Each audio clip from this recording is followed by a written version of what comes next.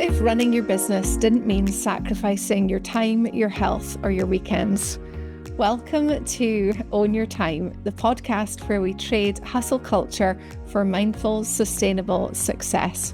I'm Sarah Stewart, and around here we're all about getting more time for what really matters. If you've ever found yourself side-eyeing hustle culture, questioning whether you have to follow the 7-figure in 7 minutes blueprint, or wondering if there's a way to grow your business without manipulating your audience or burning out in the process, you are going to love this conversation. I'm joined by Marissa Guthrie, an anti-capitalist business coach, values-led entrepreneur, and upcoming author of The Reluctant Capitalist. With over 30 years experience supporting non-profits, solopreneurs and social enterprises, she's seen exactly how our dominant business models glorify busy work and disconnection, and she's not here for it. This is a great conversation about reclaiming your time, pricing with integrity, marketing without shame, and why scaling small is a radical act. We talk about what it means to build a business that feels good, not one that just looks good on paper. So if you felt like the online business world doesn't quite fit you, this episode might be the permission slip that you need. Let's get into it. Marissa, welcome. I am so thrilled to have you here. It's an absolute pleasure to be here, and I'm really looking forward to this conversation, Sarah. So thank you so much. Yeah, me too. So I'm just going to get straight in with it. So you describe yourself as an anti-capitalist coach. Can you explain for me and the listeners what that actually means to you and what that means, what that looks like in practice? Yes, and I say it with the caveat that that doesn't mean that, again, because there's quite a lot to unpick here, it doesn't mean that I'm anti-making money. It doesn't mean that I'm anti-profit. It's because I have a sort of systemic, I see everything through the kind of systemic lens. I've got a background in philosophy, and I feel that we're at a stage with capitalism where we can see that it probably does more harm than good, or at least it creates more problems than it solves. So my approach is very much along how do we navigate capitalism, particularly as small, micro, solopreneur businesses, and look at not perpetuating systems that we don't agree with, while at the same time we're building new systems. So that's what the anti-bit means, if you like, in anti-capitalism. Yeah, nice. And so you shared there that your background is philosophy. Do you want to maybe just explain how your journey into where you are now? Gosh, yes. Well, so I was always, I was one of those kids that everyone said, oh, she's really sensitive. She thinks too much about things. She's an overthinker. And at the time that didn't feel complimentary. So fast forward to, finishing school and everything. And the only thing that I could really think of doing was philosophy, because I was seeing everything. I think I've been in a perpetual existential crisis for forever, really. So I wanted to try and make sense of the world. So it was either going to be psychology or philosophy.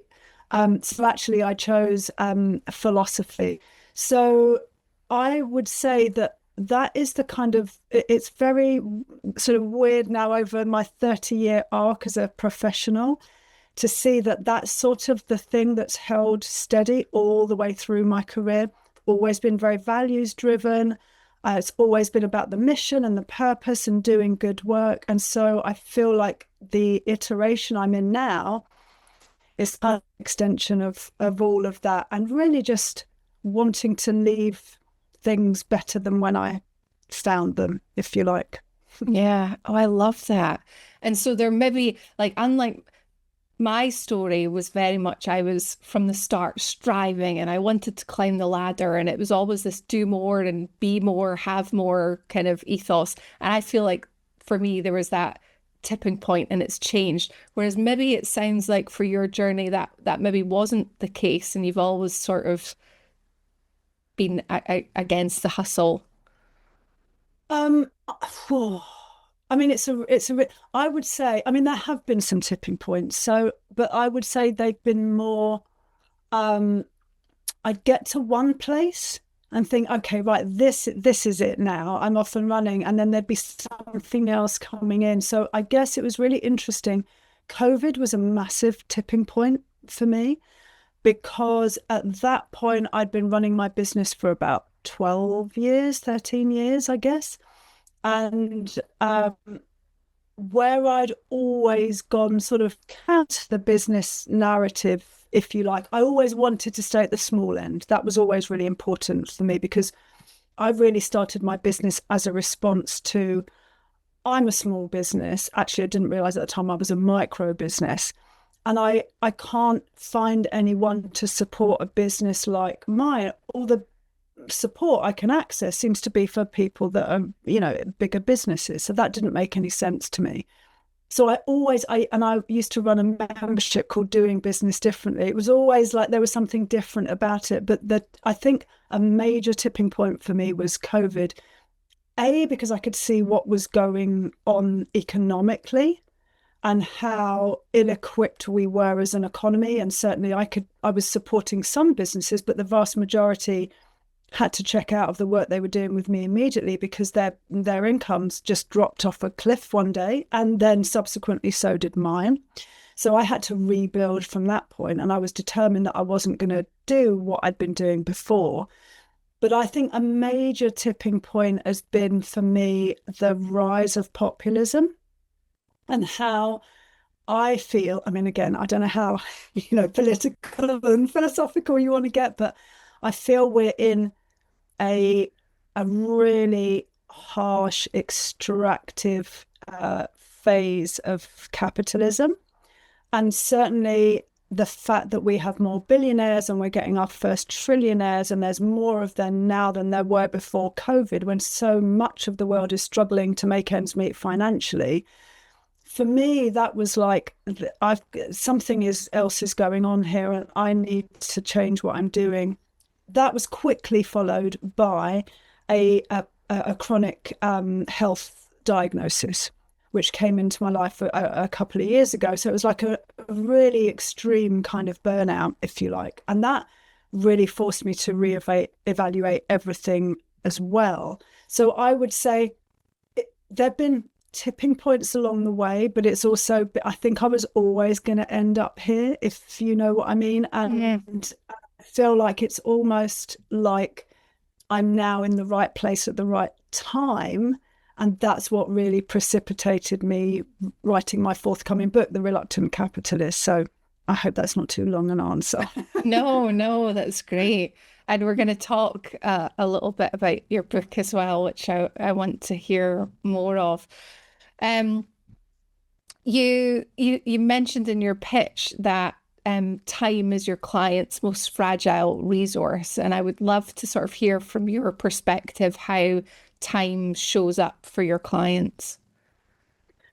I mean, it's everything, isn't it? In your work, you must see that all the time. It's when I first sit down with a client and I will say to them, what is it? Because also I think we've narrowed our definition of success as a society. So it has to mean one of, a few things, which is retire by the time you're whatever, maximize your profits. Just, it's all about the bottom line.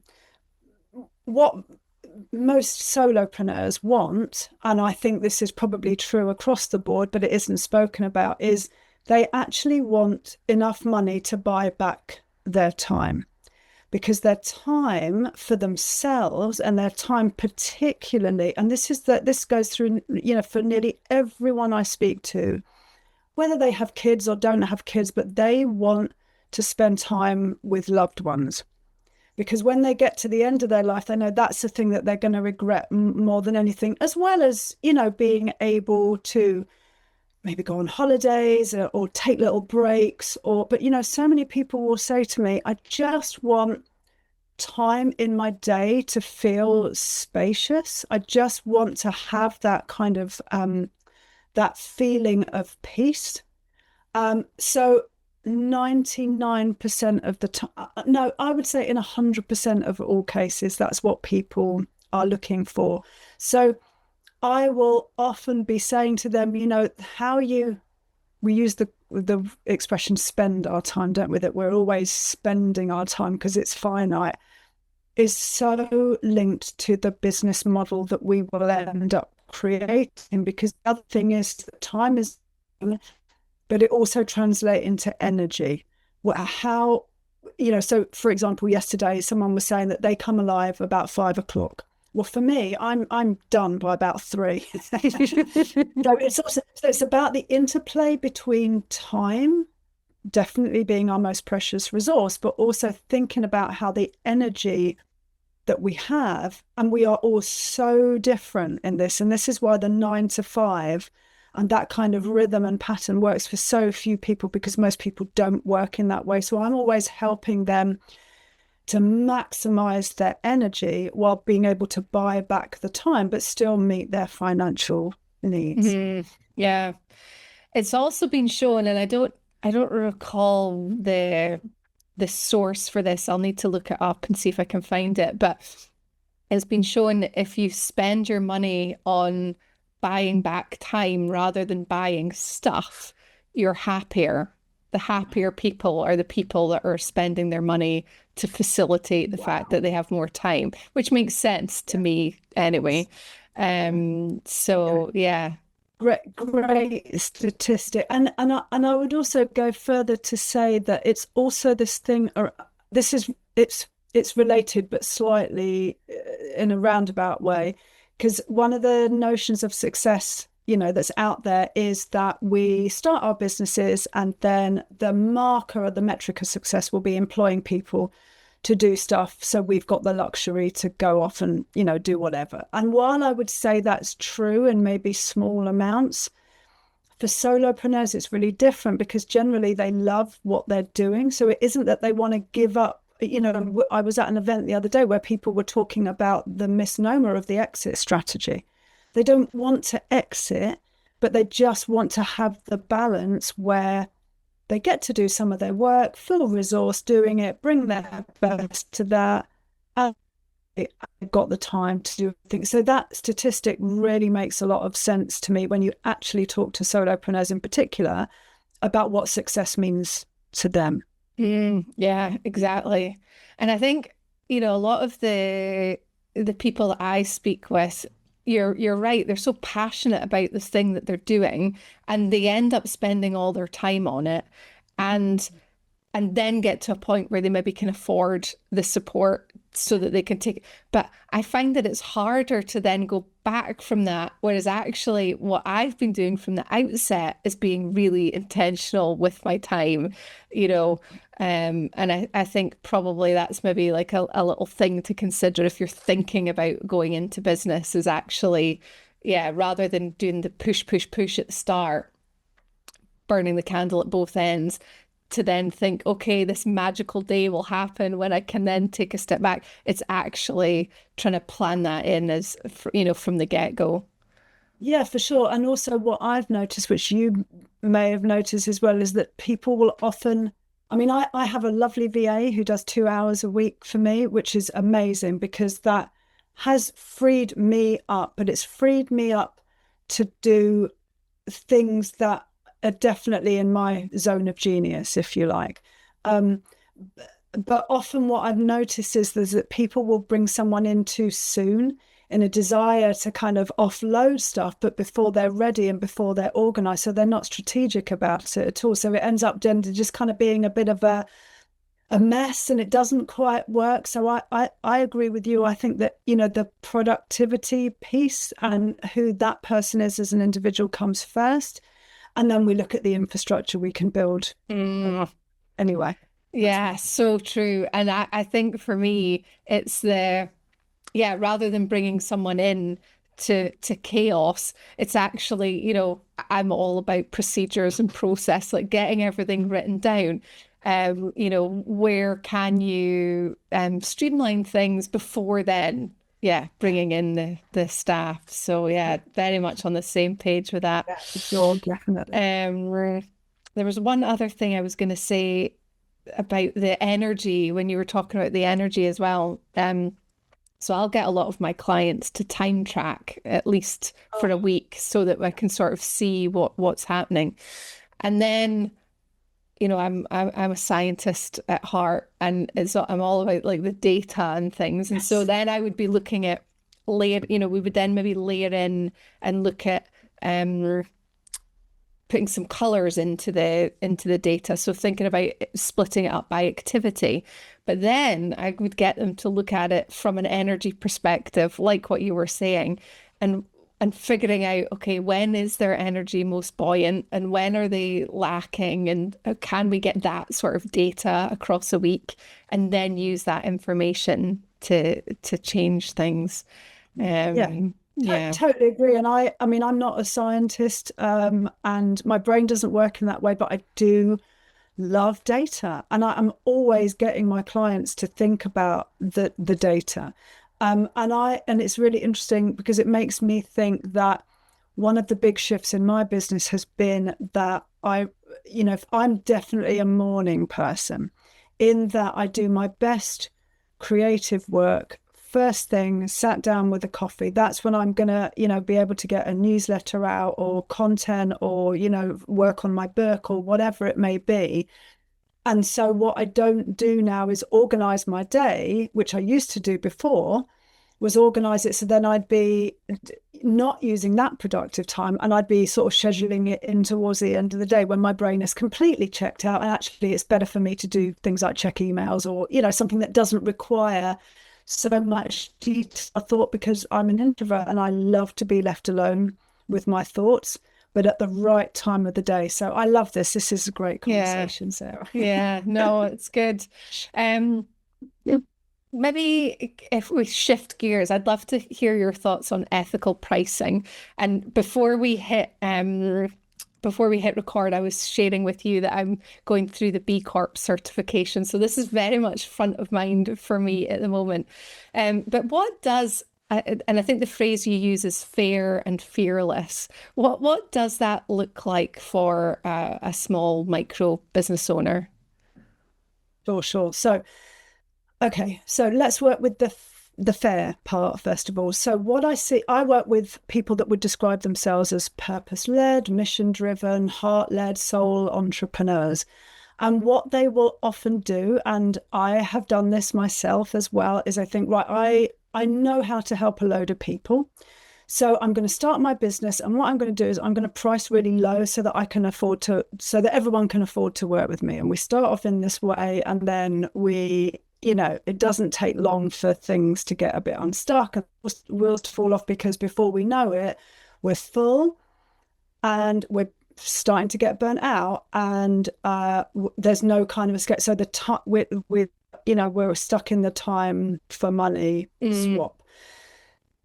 I help business owners think about what's fair, but by positioning themselves first of all. And let me say, not from a place of ruthless individualism, which would be counter to my anti-capitalist narrative, but from a place of being resourced and understanding that we can only do our best work for our clients when we are resourced. So what happens is those business owners extend the social justice that they want to see in their businesses to everybody else, but they forget to do it to themselves. So what they do is, by doing that, they've internalized this capitalist narrative is we've got to extract from someone. I don't want to extract from people externally, so I'm going to extract from myself.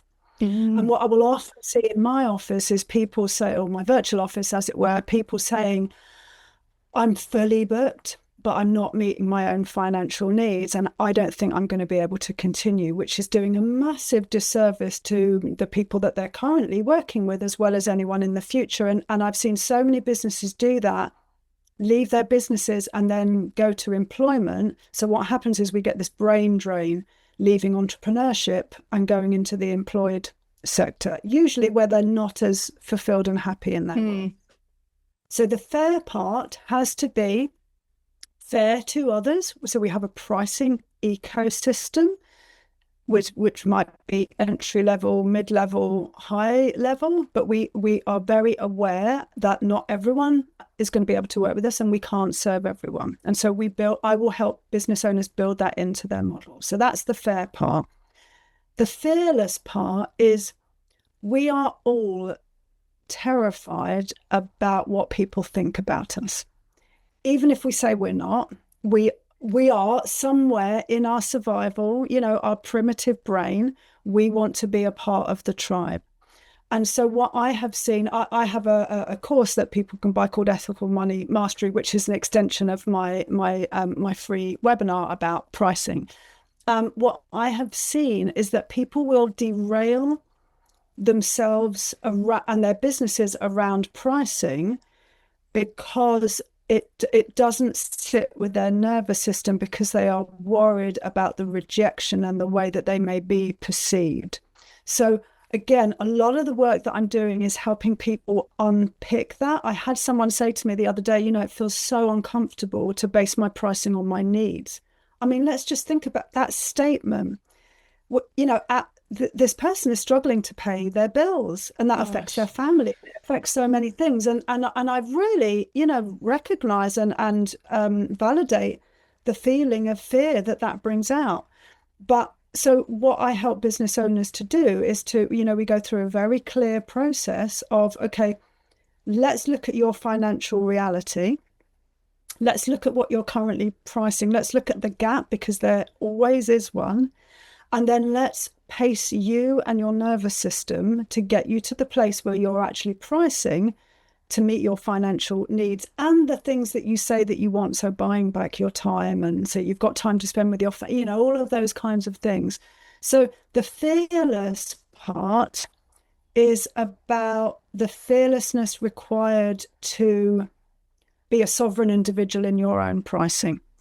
Because what we often do with our pricing is we'll look at it in an external way. So I'm a business coach. I set myself up. I don't know how to price myself. So I look at 10 other business coaches out there. Some of them charge £50 an hour. Others charge £500 an hour. I don't know what to do. So I'll sort of go somewhere in the middle towards the lower end. We don't know what the personal situation of any of those coaches are. We don't know if the one that's charging 500 is making any money. We don't know that the one that's charging 50 doesn't have a trust fund or a wealthy partner to support them. So what we end up doing is we outsource the pricing to, we do this it's like we do a hive mind around pricing, not knowing the context of the other people. Yeah, interesting. So for me, so the fearless part is about being able to say, my prices are my prices, without apology, and without then, because this is the deeper work, but it's then without sabotaging by over delivering. So if an hour costs £200, you give 2 hours, that's £100. Yes, yeah. So that's where the fair and the fearless come in, if that makes sense. Yeah, it does. It's so interesting. Yeah, and I think, yeah, pricing is huge, and it's probably is one of the first things that people will sort of, I guess, start to encounter when they're going out in business as well. Yeah, it's okay. Yeah. But it doesn't have to be. And how, I guess, in terms of then like that balance, and if you touched on like it's value-led founders, and like honoring that, but then also being the business that pays well, like I can see why that's a huge struggle. It's and that's the thing that we have to navigate. So it's, for me, I can only speak to my business model, which has been hard won. Like, I have done it all which ways, but here is what I now know, being on the other side of having priced too low, always feeling very uncomfortable, not wanting to be, have a high ticket offering. What I now know is, which I didn't know before. And actually, someone I interviewed for the book who's in the States, she said something really similar, is that the number of people and the way that I can help people now, that I have a high ticket and I have all the, and I have like this ecosystem of offerings, but I can help more people now than when I was offering my coaching for £50 an hour to whoever wanted it. And that is because I've accepted, A, I'm not for everybody, and that's absolutely, and B, I can't necessarily work with everyone all of the time. But the ways that it plays out in my business now is, for example, we were talking before we went before we were recording, that I launched a course earlier this year. This is the Ethical Money Mastery course. And I spoke to people that said that they wanted it, but they didn't have any money at all. And I had worked out how many people do I need to sell this to in order for this to work? And then I could give away a tranche for free, which I was so happy to do. So for me, that is a way that I build social justice into my business model. The other thing that I can now do, because I am earning enough to support myself and my family, is I can now offer some work pro bono. So there's a particular client that I work with, they're a single parent, really difficult for them to fund, but I've now offered a year's coaching for free. I would not have been able to do that before when I was really struggling. So one of this person I was telling you about, Megan Meganson, who I've interviewed for the book, she said, if we want to help people, we have to accept that we need to charge high. And what do we do about sitting with the privilege of that? We just have to sit and feel uncomfortable with it. But at the same time, understanding that, so one of the other things I can now do is I can support a local charity because I have the time and the space in my schedule, because I'm not servicing clients, 5 days a week, 8 hours a day, to be able to support that charity. I can also fund projects and charities and social enterprises that I believe in because I've got that. So for me, it's about understanding it's a wider ecosystem. And that's why the fearless part of the pricing has to be something that you feel so certain and sure about. If the detractors come, which I have to say, probably when your boundaries are so good, they don't come, but you fear them coming, and that's always the fear. So it's complex and multi-layered, but I hope that sort of begins to. Yeah, no, it does. And the ecosystem part is really important. I'm similar in that I've got lower ticket things and higher ticket offers, and I've played about with pricing and sort of going with a bit of the hive mind that you talked about, but also that sort of gut feel as well. Like, and I've probably landed somewhere now where I feel good about all of my pricing. And yeah, like you, that ability then to be able to carve out time, like even this morning, Wednesday is my day where I volunteer at my local hospice. So this morning I've been at the hospice already for a few hours, done my volunteering bit. And I do a proportion of pro bono work as well, and do scholarships for some of my courses and different things. So, and that feels so nice to be able to do that. It feels so good, but it has to come. If we do that, and again, this is what I see is that solopreneurs or, micro businesses, they try to put those things in too soon because they feel a level of guilt. I call it survivor's guilt, that around that. And then they become unstuck. So then they end up spreading themselves so thin. They're not doing great work because they're so, they're running on empty and they're not meeting their needs. So when we're resourced, we can actually do stuff, and we can actually help people. But it requires a lot of deconditioning and unlearning, I would say, because in capitalism, just going back to that, binary, you can either do good or you can make money, but you can't do both. And so this is what all of my work is predicated on there is a third way, and this is what me and many other people, including yourself, are now doing. So, and it feels much more exciting. Yeah. Yeah. Oh, I love it. Yeah. Um, when we think then about the sort of going along with the sales and pricing, we've also got the marketing side of things, which I know you're passionate about too.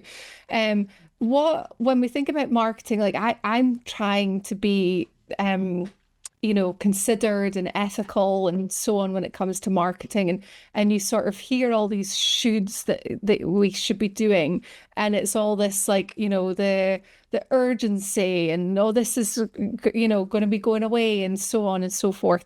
Where like how do we shift away from all of that stuff?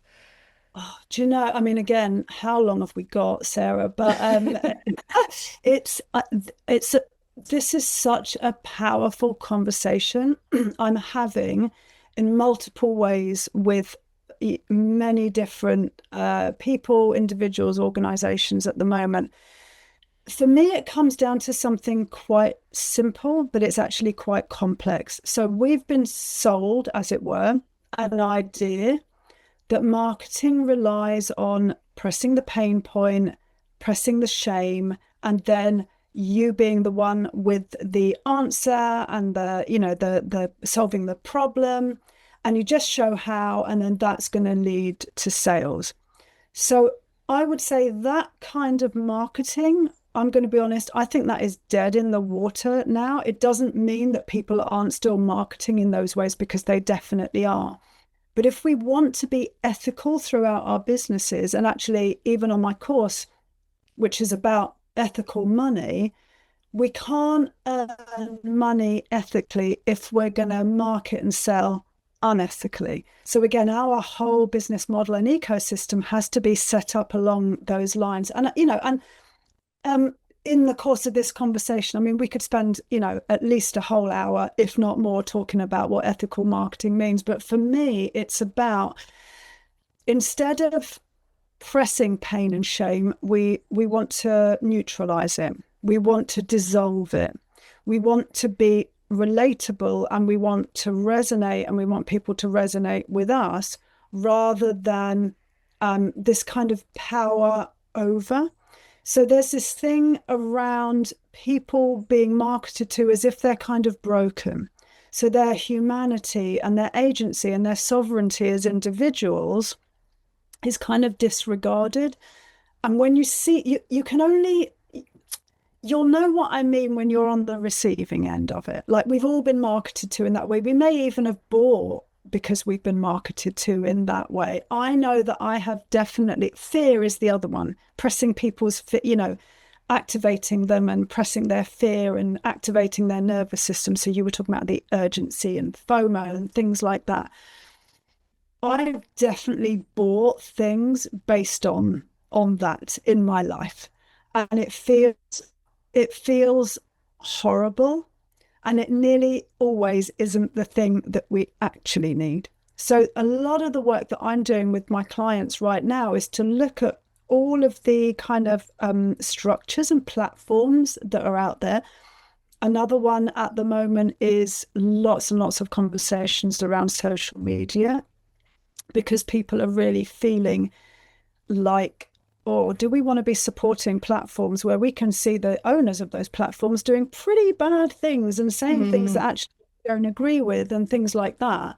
And if you look at the vast majority, like we both know what platforms I'm referring to.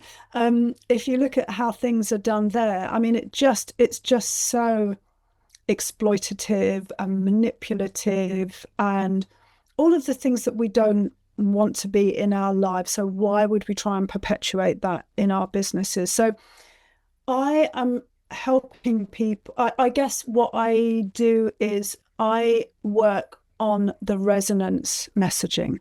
What are you going to say that's going to resonate with your people? And again, when you land on that, and you can feel emotion, you can feel your humanity being considered, and you are an individual, and a sovereign being within that, that feels so different to that power over dynamic, which it's if it isn't dead already, it's really, really dying a death, because people just don't want to be marketed to. Yeah. But it requires some thought and quite a lot of undoing in order to, because sometimes I've even found myself going, hang on, that sounds, oh, hang on, that bit extractive sounding, or that could be perceived as being a bit manipulative. So it's that you have to be incredibly intentional and really, really aware. But it is totally possible, and it pays results. It yields results as well. So yeah, it's a big old topic. It's interesting because I think with it's tricky. Like I mean, I'm even thinking about mine. I've got a lot of work probably to do with from the marketing sense, I think, in terms of my business, because I do lead with the pain points and use that to identify so that people can identify as being the right person for my services. And it is the pain points that I use. Are you feeling overwhelmed? Do you feel like you never have enough time in the day, kind of thing? So it's yeah, it's interesting.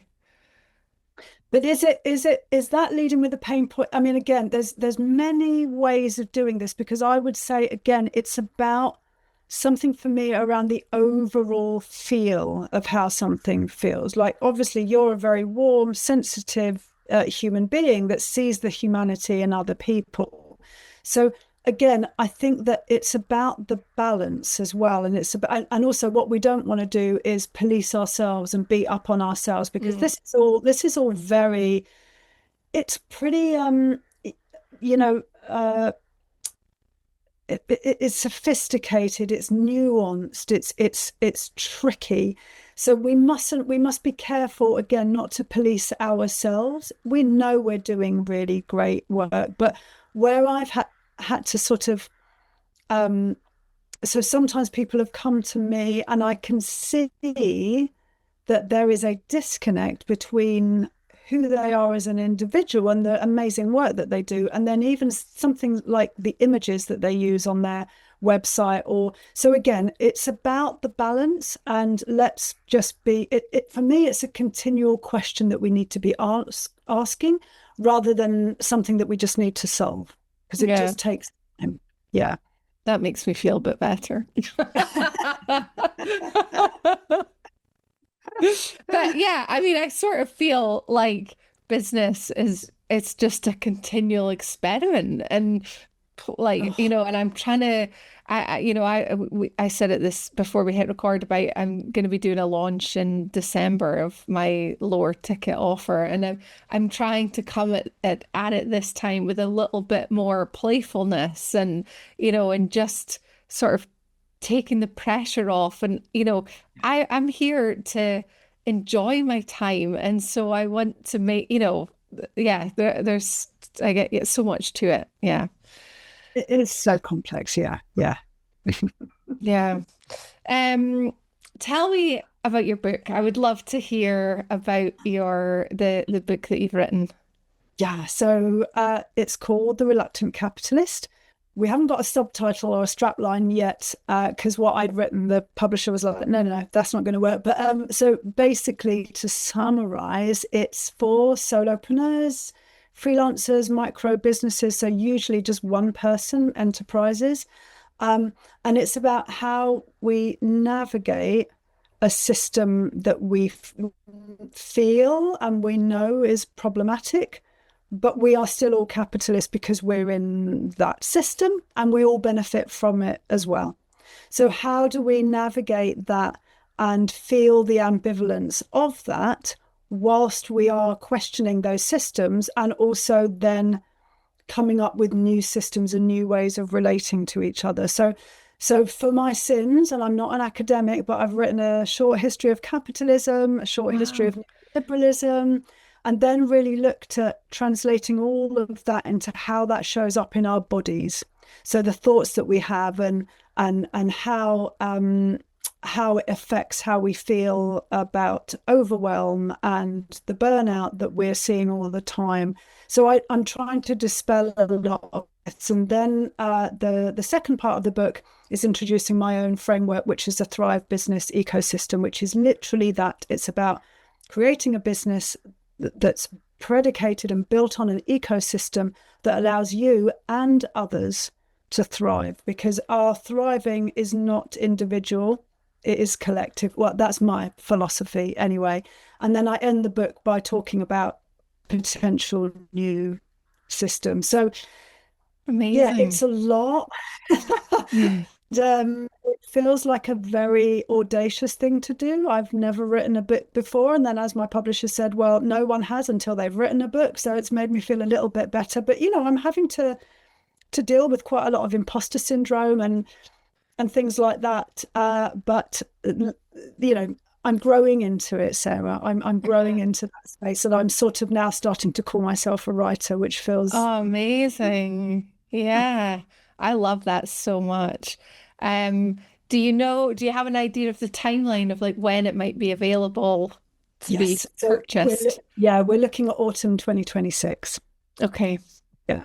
But what's interesting is between now and that, we're like November 2025. Between now and then, I've pretty much got to rewrite the book, and then it's like a crazy. I don't understand the world of publishing at all, but I'm beginning to, and it's like this crazy protracted timeline.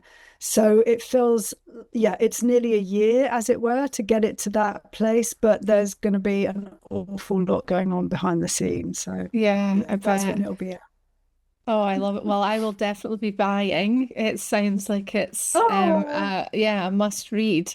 And you can get back in touch with me when it's available and I can share it with everyone amazing. and Yeah, stuff. I'd love to. And I might be doing a little book tour as well. So you never know. We're at opposite ends of the UK, but you never know. I might make it up there. Yeah, oh nice. And so for anyone listening to the episode today and they're maybe thinking, okay, love everything that we're talking about and they're like, okay, I would like to do business differently as well. Where where would you suggest that they start? Like what do you think is that first little step that they could be taking? Yeah. Thank you so much. So the best thing to do is to go to my website, which is Marissa Guthrie Coaching. There you will find I've got free resources for people to download, including that masterclass on pricing and ethical pricing. And you can also apply for a one-to-one coaching partnership with me, which starts with a free 60-minute call. I also write, and my community is on Substack. And so you go to Substack and either put in The Reluctant Capitalist, which is what I'm known as on Substack, or Marissa Guthrie, but there's links to that on my website as well. So that's where. Amazing. Amazing. And before we wrap, I wanted to do a quick time crunch with Oh, you. yeah, It's lovely. my sort of quick fire lightning round. So my first question, Marissa, is what is a business tool or a system that you swear by? What do I swear by? I mean, I do color code my calendar, Yay, I love which I that. find really helpful. I have to say that I've been using Otter AI for my meetings, particularly the strategic deep dives I do with clients, and that has been a game changer. That Yeah. is really fantastic in summarizing the conversation, but also pulling out the actions and the priorities. So probably that one. I'm going to kick myself afterwards because I'm going to go, you should have mentioned blah, but that's the one I would say is saves me time. Yeah, Cool. nice. Yeah. What is one thing that you wish every solopreneur knew about time? That if it isn't you directly working with people or actually an activity that brings money into your business, ask yourself why you're doing it. There's so many shoulds that we have as business owners. I should go to this, or I should do that, or I, should do the other, or I should be posting on social media, umpteen times a day. Do the data, be like you, be a scientist, follow the data. If that activity isn't bringing money into your business, reevaluate and ask yourself why you're doing it. That's a great prompt for people to go away and work on. Absolutely. It's pretty. I'm a coach that enjoys walking the walk. So I don't have definites. I'm not a consultant. So I'm not the sort of person that says, don't do this and do this. But for me, that it's, if it's not bringing you money, why are we doing it? Yeah. Yeah, that's a good one. And then what's something that is scheduled in your calendar that might surprise people? So what might surprise people is that I do ballet. Oh, amazing. Yes, I and I'm love really that. not very good, but I've been doing it for quite a long time now. You'd think I should be better than I am. But for me, it's a massive opportunity to de-stress and move my body with other people. There's something about the communality of that makes it just a fantastic. Dance is brilliant. It's so good for our minds and our bodies, and doing it with other people is just a lot of fun. So I love that so much. Yeah. Is there anything else, Marissa, that you would like to share with the listeners? I think what I want to share is I feel that for this time, solopreneurs have looked to the big guns, the tech bros, the corporate world about, okay, that's the way to be quote unquote successful, whatever that means. And I think that time is coming to an end. And I think we're moving into the rise of the reluctant capitalist, the rise of the solopreneur. We already know statistically that there are many more of those kinds of business. And I think that that paradigm is going to flip, so that those businesses and companies, they're going to look at us for the way that things should be done, because we've got much more power than we think we do. And I'd like to see that more. So I just want all those solopreneurs, but you can't do it on your own.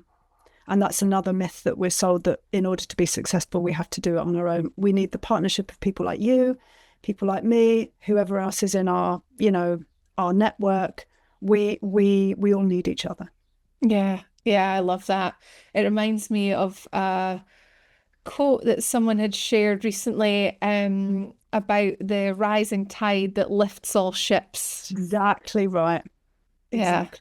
Yeah, we've been sold the opposite for a very long time, and we've weaponized our competence because we feel like we can't ask for help, because asking for help is a sign of weakness.